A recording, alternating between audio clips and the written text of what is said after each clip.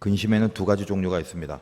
세상에서 말하는 세상 근심이 있고 오늘 말씀 제목처럼 성경에서 말하는 하나님의 뜻대로 하는 근심이 있습니다. 결론적으로 말하면 하나님의 뜻대로 하는 근심은 회개와 위로로 연결돼서 구원을 이루게 하는 힘이 되어주지만 이 세상의 근심이라는 건 절망과 낙담으로 연결돼서 결국은 사망을 이루게 합니다. 오늘 이 자리에 오신 여러분들 중에 근심이 없는 사람 있습니까? 없으면 이제 감사해야 되겠지만 곧 또 생깁니다. 그래서 늘 인생이라는 건 살다 보면 얼마든지 항상 근심이 있기 마련입니다. 오늘 말씀을 통해서 세상 근심을 하고 있었다면 세상 근심에서 하나님 뜻대로 하는 근심으로 이렇게 바꿔지는 영적인 힘이 생겨지길 바라고, 오늘 이 메시지를 이해하기 위해서는 조금은 복잡하지만 이 고린도 서신에 대한 전체 배경을 다시 한번 언급하고 들어가야 합니다.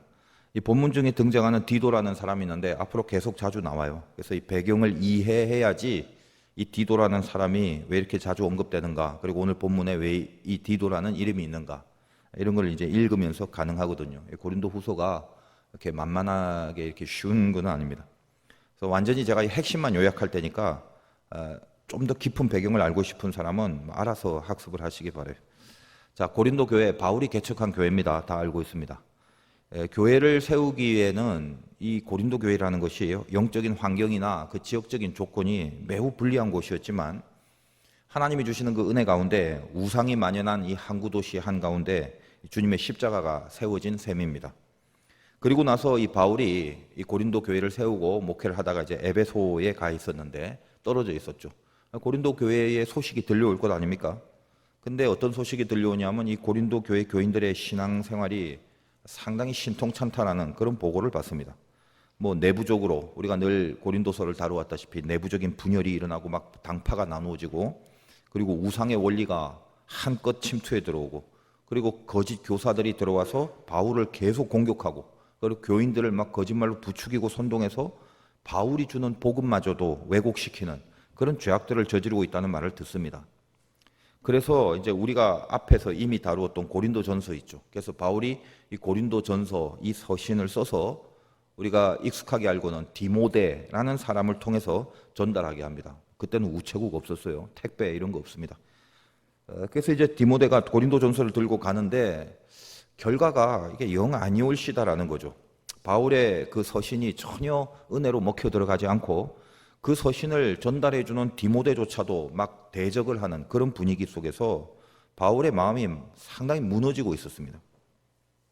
그래서 바울이 이래서는 안 되겠다 싶어서 직접 몸소 고린도 교회를 다시 방문하게 되는데, 바울이 방문을 해도 여전히 신통치 않은 반응인지라 이 방문을 눈물로 방문했다는 이제 표현을 많이 하는데, 그 방문을 한 뒤에 다시 눈물로 편지를 하나 쓰게 됩니다.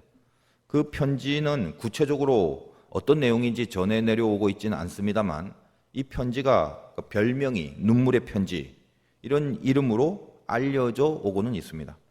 그리고 그 눈물의 편지에는 고린도 교인들의 죄에 대해서, 그들의 잘못에 대해서 상당한 질책의 내용으로, 그리고 굉장히 좀 강력한 어조로 권면을 피력한 것이다. 이 내용만, 그 정도라는 것만 이 성경의 이곳저곳의 흔적을 통해서 짐작할 수 있는 것입니다.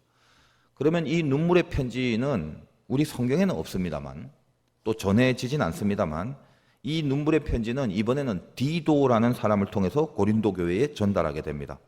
그리고 나서 바울의 마음이 이제 노심초사한 거죠.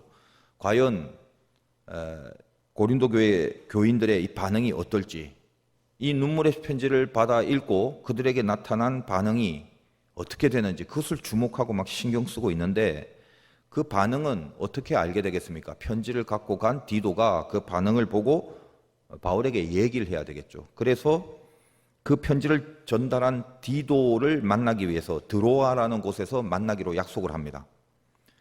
지금 제가 쭉 이렇게 얘기하고 있는 건 혼자 소설 쓰는 게 아니라 이 성경 곳곳에 있는 근거를 모아서 쭉 연결을 하는 것입니다. 시간 관계상 해당 구절 하나하나 다 찾아보지는 않겠습니다. 근데 그렇게 하기로 했는데 아무리 기다려도 이 디도가 돌아오지 않으니까 빨리 만나고 싶은데 속이 타는 거죠. 그래서 바울이 마게도냐라는 곳으로 갑니다. 지도상 드로아가 어디 있고 마게도냐가 어디 있고 그런 거는 찾아보시면 되겠습니다만, 왜 마게도냐로 가냐 하면 드로아로 와서 바울을 만나기로 했는데 고린도에서 이 드로아로 가는 사이에 마게도냐가 있어요. 그래서 바울이 조급한 마음으로 하루 빨리라도 이 디도를 빨리 만나서 그 상황을 좀 알아보려고 이 마게도냐로 급히 갑니다. 거기서 만난 디도에게 완전히 그 은혜의 반전이 오는 그런 큰 기쁜 소식을 접하게 돼요. 바울이 걱정했던 그 눈물의 편지가 드디어 먹혔다는 거예요. 교인들이 회심이 일어납니다. 변화가 일어나고 있다는 것을 디도를 통해서 알게 됩니다. 그래서 바울의 마음에 기쁨이 회복되고 있습니다. 그런 다음에 이제 그 마음으로 우리가 이제 요즘 다루고 있는 고린도 후서를 바울이 다시 쓰게 되는 것입니다. 여기까지.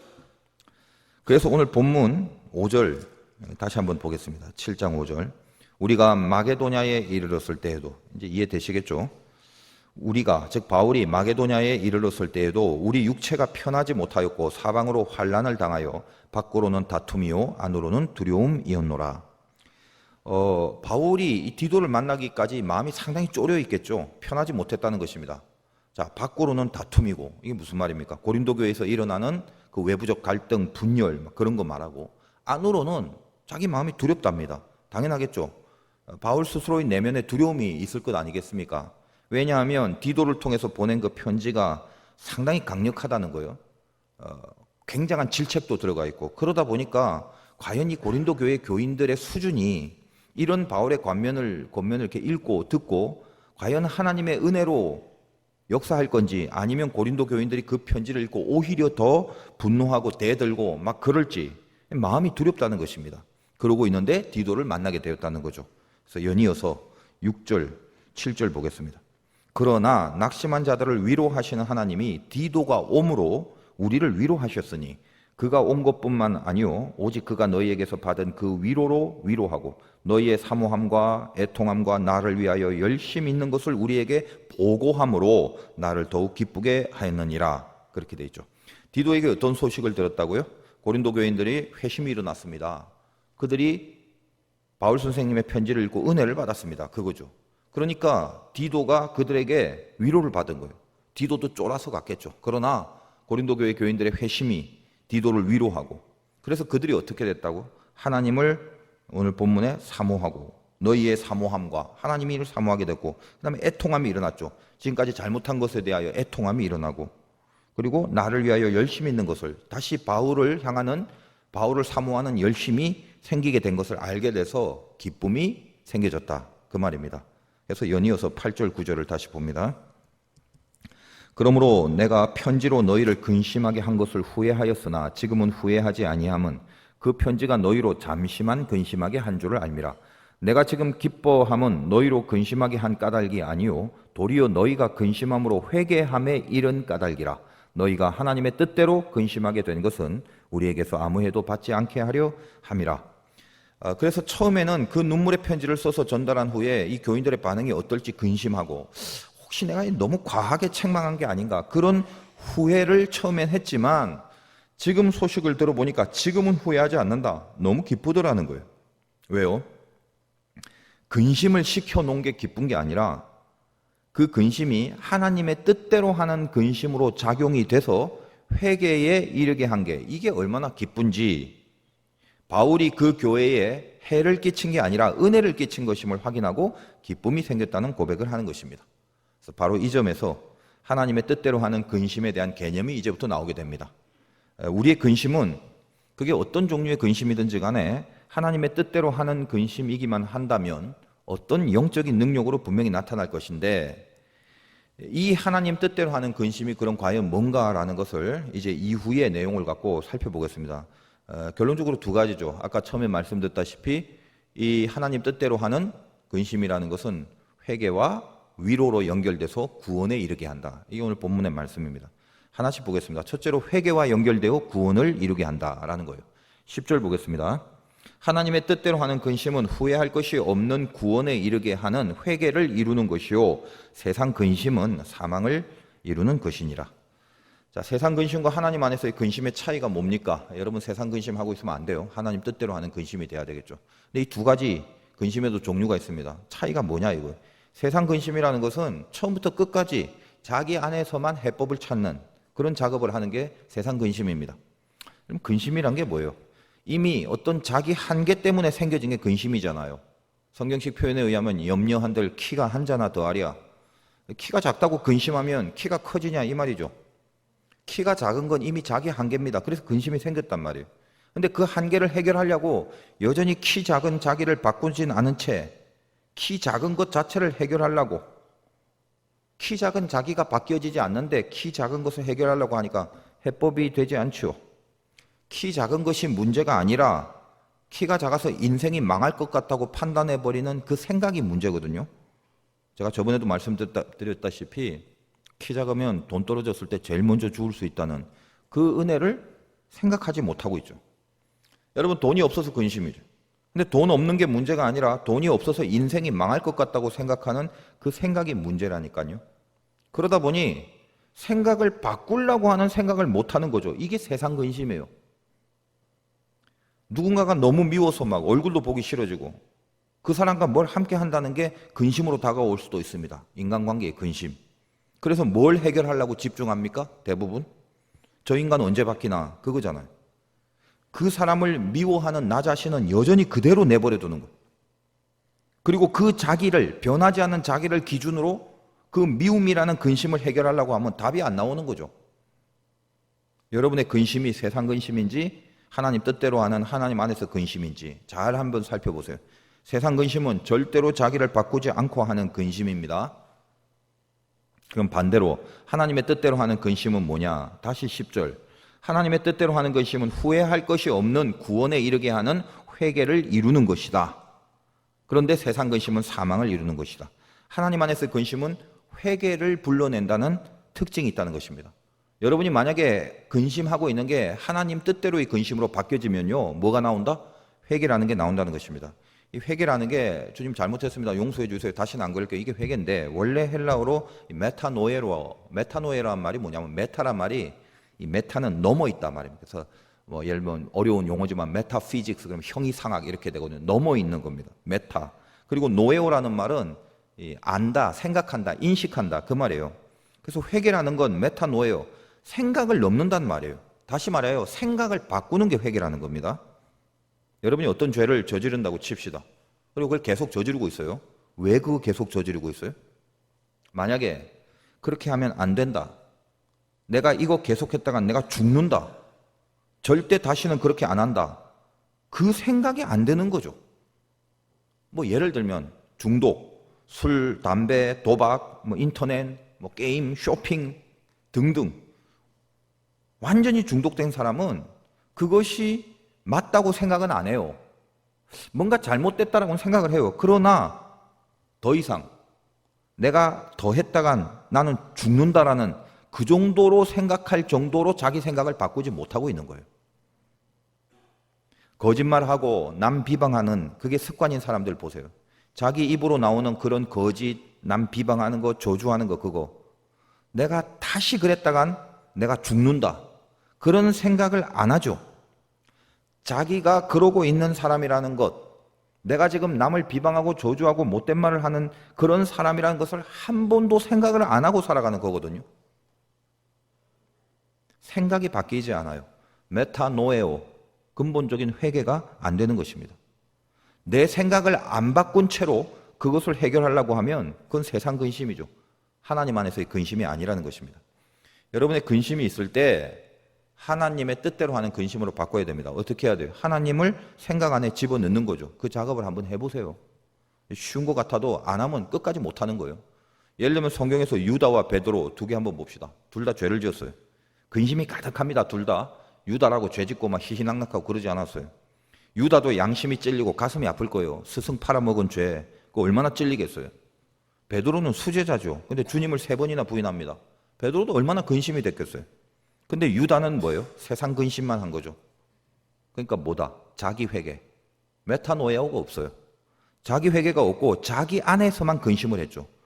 회개가 없어요. 하나님을 생각에 집어넣지 않고 근심만 합니다. 자기 안에서. 그러다 유다의 결국이 뭡니까? 오늘 말씀처럼 죽음이죠. 비참하게 자살했잖아요, 유다는. 세상 근심은 오늘 말씀에 사망을 이루는 것이니라. 그러나 베드로는 어때요? 근심이 있었지만 그 근심이 하나님 뜻 안에서 근심으로 바뀌어지는 그런 과정을 겪잖아요. 성경에 보면 닭 울기 전에 나를 부인하리라 하는 주님의 말씀이 생각나서 통곡을 하게 됩니다. 뭐 때문에 통곡이 나와요? 생각나서. 주님의 생각이 들어온 거란 말이죠. 그러니까 똑같은 근심이지만 주님의 생각이 들어오고 하나님의 생각이 들어오는 순간 회개로 가게 되는 거잖아요. 그래서 베드로가 똑같이 근심할 만한 죄를 저질렀지만 유다와는 달리 초대교회의 막중한 수장이 돼서 쓰임받게 된 겁니다. 여러분, 근심 생길 때 있어요. 그때 해결하려는 목표에만 집중하지 마세요. 솔루션, 그게 뭐냐? 해법이 뭐냐? 무엇을 어떻게 해야 하나? 그거 생각하지 말라고요. 그걸 생각해낼 실력이면 이미 근심도 생기지 않았어요. 그러니까 괜히 쓸데없는 근심하다가, 세상 근심하다가 죽는 일밖에 없는 겁니다. 그럼 근심 생겼을 때 신자는 어떻게 해야 된다? 하나님의 뜻을 집어넣는 작업을 해야 된단 말이에요. 이게 신자의 근심입니다. 이러지 않으려면 여러분은 세상과 우리가 별 차이가 없어요. 하나님의 뜻을 집어넣으면 어떤 증상이 나오는지, 내가 과연 하나님 뜻대로의 근심이 있는지 없는지를 오늘 하나님의 뜻대로 근심하는 바울의 이 내적인 설명과 묘사를 비교해서 한번 나한테 빗대어 보기 바라요. 11절 볼까요? 보라, 하나님의 뜻대로 하게 된 이 근심이 너희로 얼마나 간절하게 하며, 이 간절하게라는 말이 처음에 나오죠. 이거는 뭡니까? 머리를 쓰는 게 아니라 이제 가슴을 쓰는 것입니다. 세상 근심은 머리만 죄다 써요. 그러나 하나님 뜻 안에서의 그 근심이라는 건 이 가슴으로 내려오는 것입니다. 그리고 이 간절하게라는 말이 원래 이 헬라어 원어에는 이게 저 뒤에 나오는 모든 내용에 걸리는 그런 표현입니다. 간절하게. 간절하게 어떻게 한다? 첫째로 보니까 얼마나 변증하게 하며, 이 말이 좀 어려워서 풀어주지 않으면 여러분이 이해를 잘 못합니다. 이 변증이란 말은 쉽게 말하면 고백입니다. 고백이라고 바꾸면 제일 나아요. 그러니까 하나님 뜻대로 근심을 하니까 뭐가 생기냐면 이 가슴 쪽으로 내려오면서 첫 번째로 고백이 나온다는 거예요. 어떤 고백? 그들이 고린도 교회 교인들에 대한 얘기죠. 뭘 잘못하고 있는가라는 것을 고백하고 인정하는 마음이 생긴다는 거예요. 여러분, 가만히 한번 생각해 보세요. 신자들 말고 저 세상 사람들의 근심, 세상 근심하는 사람들 중에는 이 솔루션에만 집중하지 자기 잘못에 대한 인식을 하는 케이스가 없습니다. 세상 사람 근심할 때 한번 툭 하고 물어보세요. 무엇을 어떻게 할까? 이것만 집중하고 있지 거기서 내 잘못이라는 인식의 베이스가 없다는 것입니다. 그러나 하나님 안에서의 근심은 여기서 차원이 달라요. 어떤 문제든지 간에 자기 잘못에 대한 고백에서 출발하는 영성이 생깁니다. 비록 객관적으로 자기가 떳떳하다 할지라도 영성 자체가 자기 잘못에 대한 인식부터 짚어보기 시작한다는 거예요. 이게 변증입니다. 하나님 뜻대로 근심을 하니까 변증이 생기는, 고백이 먼저 생긴단 말이죠. 그 다음에 어떻게 됩니까? 두 번째는 얼마나 분하게, 이것도 이제 이해를 하셔야 되는 게, 이 분이라는 게 뭐냐면 스스로의 잘못에 대한 자기 안의 분노를 말하는 것입니다. 이제껏 내가 너무나 틀린 짓을 하고 있었는데, 고린도 교회 교인들로 본다면 거짓 교사들의 잘못된 말에 현혹돼 갖고 그 점에서 막 틀린 것을 따르고 틀린 것에 귀 기울였던 이런 거, 바울을 비방하고 공격하는 말에 동조해 갖고 그 거짓 교사들의 말을 다 듣고 그렇게 잘못된 길을 같이 걷고 있었던 그 스스로에게 분노가 나오는 거예요. 여러분, 회개가 일어나면요, 죄가 그렇게 미워져요. 지가 저질러 놓고도 너무 미워지는 거예요, 그게. 그래서 이 죄를 저지른 자기가 너무 분한 거예요. 내가 주님의 자녀인데 사단의 노예가 되어버린 거죠. 이게 얼마나 수치스럽고 얼마나 분한 건지 그런 건 느껴보셨어요? 하나님 뜻대로 하는 근심이 되니까 자기 고백에서부터 스스로에게 죄에 대하여 노하는 그런 심정이 생기더라는 것입니다. 그리고 세 번째는 뭡니까? 얼마나 두려워하여, 드디어 하나님이 두려워지는 거예요. 제가 저번 시간에도 말씀드렸다시피 하나님 두려워하는 건 은혜의 베이스라고 그랬죠. 드디어 하나님을 두려워하는 심령, 이게 은혜의 베이스예요. 그것이 회복되기 시작하는 것입니다. 그리고 그 다음에 얼마나 사모하게 하며, 복음을 심어준 바울과 그리고 하나님을 다시 사모하게 된다는 것입니다. 사랑이라는 것은 두려움이 있는 거죠. 두려움이 생기니까 사랑이 따라오는 겁니다. 경외감이 없는 사랑, 그건 진짜 사랑이 아니죠. 진짜 사랑은 뭐예요? 항상 경외감이 있는 것입니다. 두려움이 있다는 거예요. 그리고 나서 그 다음에 어떻게? 얼마나 열심 있게 하며, 드디어 하나님을 향한 제대로 된 열심, 잘못된 방향으로의 열심이 아니라 제대로 된 올바른 열심이 다시 생기더라는 것입니다. 그리고 얼마나 벌하게 하였는지, 여섯 번째로 이 바울을 공격한 거짓된 자들을 향해서 드디어 이제 그들이 정신 차리고 틀렸다, 그게 잘못됐다, 그게 죄다라는 평가를 할 수 있는 수준이 돼서 완전히 그 거짓으로부터 돌아서는 것, 이게 벌한다는 말이거든요. 거기서부터 돌아서 버리는 것을 말하는 것입니다. 이런 일단의 과정들이 하나님의 뜻대로 하는 근심 속에서는 나타나는 증상들이라고요. 그러니까 여러분이 하나님 뜻대로 하는 근심이 있다면 그게 어떤 종류의 근심이든지 간에 이런 영적인 그 프로세스가 있는지를 잘 한번 살펴보세요. 어떤 종류의 근심이든지 간에 오늘 말씀에 의하면 후회할 것이 없는 구원에 이르게 하는 회개를 이루는 것이다. 이게 하나님 뜻대로 하는 근심이라는 것입니다. 물질에 대한 근심이 생길 때가 있고 인간관계에 대한 근심이 생길 때가 있고, 그게 물질이든 인간관계든 그 물질이라면 물질에 하나님을 집어넣고 생각해 본 적이 있나요? 하나님 돈이 걱정이 돼요. 막 물질이 걱정이 돼요. 자, 그래서 어떻게, 무엇을 어떻게, 그 솔루션에 집중하지 말고 거기에 하나님 뜻대로 물질 한번 써본 적이 있는지 한번 생각해 보세요. 내가 돈을 벌려고 하는 모든 의도와 동기에 과연 하나님이 어느 정도 들어가서 거기에 들어가 있는지 한번 보란 말이죠. 신자라면. 인간관계도 마찬가지입니다. 그 인간관계 속에 하나님 집어넣고 생각해 본 적이 있어요? 내가 저 사람을 이렇게 생각하는데 내가 저 사람을 이렇게 생각하는 나를 하나님은 어떻게 생각하고 있을지를 근심한 적이 있냐 이 말이에요. 신앙이라는 거는 하나님 뜻대로 하는 근심이 있는 거, 그게 신앙입니다. 근심 없이 사는 게 신앙이 아니라 하나님 뜻대로 하는 근심이 반드시 있어야 돼요. 편하게 살려고 하지 말고 이 근심을 하고 살아가야 됩니다. 하나님 뜻대로 하는 근심이 있는 사람이 신앙이 있는 사람이에요. 고로 첫 번째로 하나님 뜻대로 하는 근심은 회개와 연결돼서 구원을 이루게 하는 그런 작업을 한다는 거예요. 두 번째, 하나님 뜻대로 하는 근심은 위로와 연결하여 구원을 이루게 합니다. 위로라는 말은 하나님 주시는 거죠. 이 헬라어로 위로를 파라클레세스라고 하는데 그 어원이 파라클레이토스, 우리 성경에서 나오는 보혜사, 성령을 말합니다. 그러니까 성령, 보혜사와 이 위로라는 말이 어원이 같아요. 보혜사가 무슨 말이에요? 파라클레이토스, 옆에서 바짝 옆에 가까이, 거기서 나를 돕는 분, 옆에서 도우시는 분.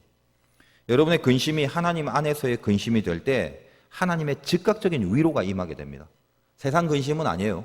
하나님 뜻대로 하는 근심에 그 영성 속에 들어가는 순간 즉각적인 하나님의 위로가 임하게 된다는 것입니다. 여러분, 이 옆에서 돕는다는 말이 그냥 옆에서 아무것도 안 하고 멍하니 팔짱 끼고 있는 거, 이런 거 아니죠. 제일 가까운 곳에 계신 분, 그분이 하나님임을 진하게 느끼게 해주는 그런 위로가 있다는 것입니다. 가끔 제가 하는 방법입니다만, 여러분 힘들 때 조용히 눈을 감고 여러분의 오른손을 마음으로 한번 바라보세요. 제가 자주 합니다. 영적인 작업인 소개해 드릴게요. 그리고 가만히 눈을 감고 내 오른손을 한번 보세요. 눈 뜨고 봐도 상관없어요. 힘들 때 하나님 아버지, 이거 어떻게 해요? 여러분 힘들 때는 손이 떨려요. 하나님 이거 어떻게 해요? 나 지금 이거밖에 안 됩니다. 나로서는 더 이상 이젠 어떻게 할 수 있는 능력이 없어요. 그리고 연약한 이 떨리는 자기 손을 한번 바라보라고요. 하나님 안에서 그분의 뜻을 구하는 근심, 이 근심이 있는 자들의 오른손을 주님은 절대 놓치지 않습니다. 절대 놓치지 않습니다. 이게 위로라고요. 위로. 나를 위해서 대신 죽으시기까지 그 못 박힌 손이 피 흘리도록 나를 여전히 피 흘리면서 나를 붙잡고 있음을 그걸 보게 되는 거예요. 그게 보일 때까지 계속 바라보세요. 여러분 안에 일단 위로가 있어야 돼요. 위로가 없으면 아무것도 안 됩니다. 하나님 뜻대로 하는 근심은 즉각적인 하나님의 위로, 이것과 만나게 되는 거거든요. 제가 며칠 전에 그 양화진에 있는 순교자들의 무덤을 이렇게 거닐고 왔습니다. 가끔 거기 갈 때마다 가슴이 뜨거워지는데 그 내용들이 다 이렇게 적혀져 있죠. 자기 나라에서는 전부 높은 스펙의 사람들이에요. 의사고 박사고 떵떵거리며 얼마든지 살아갈 수 있는 사람들이에요. 그 선교사들이 가장 당시에 세계에서 가장 못 사는 나라 우리나라에 다 들어온 거예요. 그래서 이 나라에서 어떻게 죽어갑니까? 장티푸스, 이질, 풍토병 이런 것 때문에 거의 대다수의 선교사들이 죽고 본인이 죽을 뿐만 아니라 자기의 가족과 어린 아기, 자기 자녀들까지도 다 죽어버리는 그런 순교자들이 질비하게 그 양화진에 묻혀져 있습니다. 그리고 그 무덤들이 묻혀져 있는 저 뒤편에 가면요, 조그만 십자가들이 아장아장 굉장히 많아요. 그게 뭐냐? 전부 그 선교사님들의 그 어린 아기, 자녀들, 동일한 질병과 동일한 풍토병 속에 죽어갔던 그들의 무덤이 있습니다. 그냥 거기 거닐기만 해도요, 가슴에서 눈물이 나요. 그리고 나도 여기에 묻히면 얼마나 좋을까, 그런 생각이 듭니다. 환경도 참 중요한 것 같아요. 평소에 그런 생각 안 들다가 그 꼭 양화진을 들까 그 거닐 때마다 이렇게 죽었으면 얼마나 좋을까 막 순교하고 싶고 그래요. 살인자들 가운데 살면요 살인하고 싶어지고요. 남 원망하고 저주하는 사람들 그 사람들 옆에 끼면요 자기도 모르게 원망과 저주가 계속 나와요. 순교자들 사이에서 거닐면 순교하고 싶어진단 말이에요. 여러분 순교가 쉬울까요? 어려울까요? 거꾸로 자살하는 사람 있죠. 그것도 죽는 건데 그럼 자살하는 사람은 쉬울까요? 어려울까요? 자살하는 지경까지의 삶이라는 건 굉장히 어렵겠죠. 그러나 자살하는 순간은 어렵지 않습니다. 왜냐하면요 죽음의 영이 통치하기 때문에 그래요. 그 죽음의 영의 통치를 받는 순간 자기 의지가 사라져버려요. 자기 의지가 있어야 부닥치고 저항하고 힘들죠. 근데 죽음의 영에 사로잡히는 순간 자기 의지가 없어져요. 죽음의 영의 지배를 받아버리기 때문에 죽는 그 순간은 자기 안에 저항이 하나도 없습니다. 여러분 높은 데서 뛰어내는 사람이 뛰어내리면서 막 갈등하면서 죽는 사람 있는 것 같아요? 아, 이거 그만 맞는 거야? 그래서 언제까지 떨어져야 돼? 뭐 이러면서 고민하고 죽는 사람 없어요. 그땐 자기 의지가 아니에요. 그걸 이해한다면 순교도 마찬가지죠. 주님 손에 한번 붙들려 봤습니까? 여러분 인생 속에? 이제는 내가 사는 것이 아니라 내 안에 그리스도가 산다는 고백, 늘상 들었던 고백을 내 진심에서 한번 해본 적이 있나요? 진짜 붙들리면요 순교는 어렵지 않습니다. 순교라는 게 아무것도 아니란 말을 지금 제가 하는 게 아니에요. 왜 어렵지 않다고 하느냐 하면 내가 하는 게 아니라 주님이 하게 하시는 거거든요. 제가 가끔 제가 지금 잘 알고 있는 그 신실하신 선교사님들 만나 이야기하다 보면 속으로 드는 생각이 말은 안 합니다만 어떻게 저렇게 할 수 있을까? 나 같으면 정말 그거 못 견딜 것 같은데 그런 생각을 하게 됩니다. 그런데 그 종은요 선교에 붙들려 있는 거예요. 하나님의 영에 붙들려 갖고 그걸 하지 않고는 더 견딜 수 없다는 것을 느끼게 됩니다. 힘든 오지에 들어가 몸이 만신창이가 되어도 육체는 힘들지 몰라도 그걸 안 하면 마음이 더 힘들어져서 견딜 수 없는 거예요. 그 수준을, 그 경지를 아세요? 그걸 해야만 하는 거예요. 그게 붙들린 자의 모습이에요. 그것을 하는 게 기쁨이 됩니다. 그 영에 붙들리지 못한 사람은 죽다 깨어나도 그 상태를 이해를 못해요. 그리고 죽다 깨어나도 그 경지까지 살아낼 수가 없고 같이 할 수가 없습니다. 그건 누구냐? 의지의 싸움이 아니라 붙들림의 싸움이기 때문에 그래요. 주님이 당신의 일을 하실 때 함께 하는 사람의 손을 붙들어 주십니다. 내 영이 주님의 영에 매여서 주님이 이끌어 가시는 것을 최고의 기쁨으로 여기게 되는 거예요. 바로 그 영이 붙들리고 그 손에 붙들리는 그게 위로의 힘이에요. 위로의 힘. 바울도 이 위로하심으로 살아내고 있습니다. 여러분 믿음이 뭐예요? 하나님을 믿는다는 그거. 사실 그거는 목숨보다 중요한 가치 아닙니까? 정말 그렇게 생각하세요? 여러분 갖고 있는 믿음이 목숨보다 귀한 가치에 붙들려 본 그런 순간이 혹시 있습니까? 우리가 교회 왔다 갔다 하면서 우리의 능력이 없는 게 뭐 때문에 그래요? 목숨을 건 믿음이 없다는 거 아닙니까? 왜 그래요? 내가 얼마나 노력을 하냐 안 하냐의 싸움이 아니라 이 주님의 위로를 받지 못하고 살아가기 때문에 그 붙들림이 없기 때문에 그래서 내 믿음이 목숨보다 더 귀하다는 가치에 거기에 내가 들어가지 못하기 때문에 그래요. 그래서 누가 순교한다, 누가 참 힘든 데 가서 선교한다, 자기 것을 다 버리고 자기의 모든 것을 희생하면서 남을 섬긴다 이런 게 이해가 안 되죠. 이 경지가 나를 죽여서 남을 살린다는 그 경지 자체가 나하고는 상관없는 거예요. 왜요? 그 사람과 내가 개인적으로 무슨 차이가 있는 게 아니란 말이에요. 붙들림의 싸움. 누가 위로를 받고 있느냐의 싸움. 어디에 매여 있냐의 싸움이라는 거예요. 세상에서 믿음을 가지고 산다는 건 이 주님의 위로가 없이는 갈 수 없는 길입니다. 12절을 읽겠습니다. 그런즉 내가 너희에게 쓴 것은 그 불의를 행한 자를 위한 것도 아니요 그 불의를 당한 자를 위한 것도 아니요 오직 우리를 위한 너희의 간절함이 하나님 앞에서 너희에게 나타나게 하려 함이로다. 말 표현이 좀 어려운데 바울의 심정이 바로 지금까지 말씀드린 이 위로의 근거에서 한번 생각해 보자는 거예요. 바울의 심정이 뭐예요? 그 불의를 행한 자를 위한 것, 다시 말하여 자기를 공격한 사람들이 있는데 그 불의를 행한 자들을 향해서 염두에 두고 그들에게 무슨 억울해하고 분노하고 저주하고 이러지 않는다는 거예요. 그리고 또 하나 그 반대편에 있는 그 불의를 당한 자를 위한 것도 아니에요. 누가 불의를 당한 거예요? 사도 바울이죠. 그러니까 이 불의를 당한 자기를 세우기 위한 마음도 없다는 거예요. 나를 헐뜯은 자를 위하는 마음도 없고 나를 위한 마음도 없다는 거예요. 오직 그런 무슨 마음인데 우리를 위한 너희의 간절함이 하나님 앞에서 너희에게 나타나게 하려 함이라. 오로지 하나뿐이다. 하나님의 나타남. 그것만 바라는 거예요. 그거 하나라면 죽어도 상관없다는 거예요. 그거 하나 외에는 다른 데는 별로 관심이 없다는 거예요. 하나님의 나타남, 주의 영이 바울을 감싸고 있는 것입니다. 그것이 13절 읽어봅니다. 이로 말미암아 우리가 위로를 받았고, 이것으로 말미암아 우리가 위로를 받았고, 우리가 받은 위로 위에 디도의 기쁨으로 우리가 더욱 많이 기뻐함은 그의 마음이 너희 무리로 말미암아 안심함을 얻었습니다.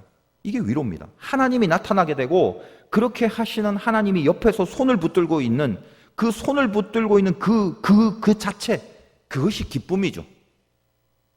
하나님의 뜻대로 근심하고 있는 자에게 바로 이런 하나님의 위로가 있다는 것입니다.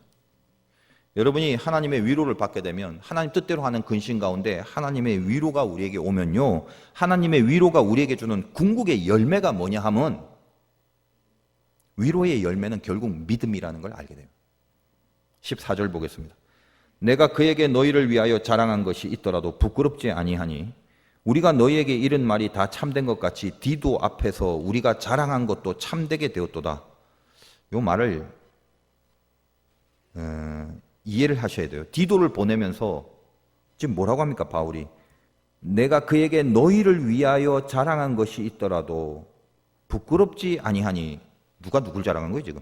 디도를 보내면서 바울이 우리 같았으면 야, 저 고린도 교회 저거 쟤들 못돼 처먹었어. 쟤들 나를 비방하고 쓸데없는 거짓 교사에 현혹돼 갖고 쟤들 엉망이다. 아주 나빠. 원래는 그렇게 말해야 맞는데 바울이 뭐라고요? 그들을 오히려 디도에게 자랑한답니다. 디도도 편지를 들고 가면서 소문대로 알고 있을 건데 얼마나 떨렸겠어요. 근데 디도에게 뭐라고 한다? 디도야, 두려워하지 마. 너 고린도 교회 가서 그 교인들 만나면 그 사람들 얼마나 좋은지 아냐? 내가 다 자랑할 만한 사람들이다. 지금 이 얘기예요, 이게. 바울은 디도에게 그렇게 말했고, 디도는 긴가민가 하면서 갔지만 고린도에 가서 정말 귀한 영접을 받았습니다. 15절 보겠습니다. 그가 너희 모든 사람들이 두려움과 떨므로 자기를 영접하여, 디도를 영접했다는 거예요. 순종한 것을 생각하고 너희를 향하여 그의 심정이 더욱 깊었으니. 그러니까 왜 바울이 디도에게 그렇게 탈이 많고 심지어는 자기를 공격하는 교인들에 대해서 오히려 자랑까지 하면서 디도에게 이렇게 말한 줄 아냐, 이 말이에요. 바울은 하나님의 뜻대로 근심을 했습니다. 그것이 바울에게 주님의 위로를 받게 하는 영성이 되어버려서 바울의 가슴에서 믿음을 만들어내게 된 거예요. 그래서 16절을 이렇게 오늘 본문이 마감합니다. 내가 범사에 너희를 신뢰하게 된 것을 기뻐하노라. 내가 범사에 너희를 신뢰하게 된 것을 기뻐하노라. 바울은 어떤 경우일지라도, 어떤 인간일지라도 그들을 신뢰하게 된다는 거예요. 그들을 믿는단 말이에요. 왜냐? 주님의 위로가 바울에게 믿음을 줬기 때문에 그래요. 자기처럼 죄인 중에 괴수인 사람이 없을 건데 그걸 자기가 아는데 질그릇같이 약하고 더러운 자기를 주님이 옆에서 손잡아 주시고 위로하시는 은혜 속에 붙들리니까 내가 누구를 보더라도 어떤 상황이라도 그 뒤에 동일하게 자기를 붙들어 주신 그 주님의 손길이 그 상황의 뒤에, 그 인간의 뒤에 여전히 동일하게 그들도 붙들고 있음을 보게 되는 거란 말이에요. 그게 믿음이에요. 여러분의 지금 근심할 상황들이 있습니다. 근데 하나님 놓치지 않고 그것을 바라보고 계세요. 여러분의 지금 근심할 그 사람들이 있습니다. 근데 하나님은 놓치지 않고 그 사람도 붙들고 계십니다. 여러분이 정말 하나님의 자녀라면 우리를 사랑하시는 주님의 손이 붙들고 있다는 걸 절대 잊지 마세요. 그 사람도, 그 사건도, 나도, 그 문제도 주님이 동일하게 붙들고 있습니다. 여러분이 담임 목사님 저를 믿어주시기 바래요. 왜냐? 저같이 못난 사람도 주님이 붙들고 있기 때문이죠. 그래서 믿는 거예요. 여러분들이 우리 교회 부목사님들을 믿어주시고 전도사님들을 믿어주시기 바래요. 우리 교회 장로님들을 믿어주시고 권사님들을 믿어주시기 바라고 여러분 옆에 있는 그 어떤 교우라도 믿어주시길 바래요. 우리 화도 교회를 여러분이 믿어주시길 바래요. 주님의 피로 세운 이 교회, 그리고 지금 여기 앉아있는 여러분 모두가 주님의 그 피 흘리신 손으로 지금까지 붙들고 계십니다. 때로는 인간이다 보니까 어떻게 저럴 수가 하는 생각이 드는 형제나 자매가 있을 수 있고, 어떻게 이럴 수가 하는 사건과 만날 수가 있어요. 그래서 때로는 눈살 찌푸리고 내 마음에서 멀어져 버린 그런 관계들이 있을지 모릅니다. 그러나 바울의 이 심정이 뭐예요? 모두를 믿고 살자.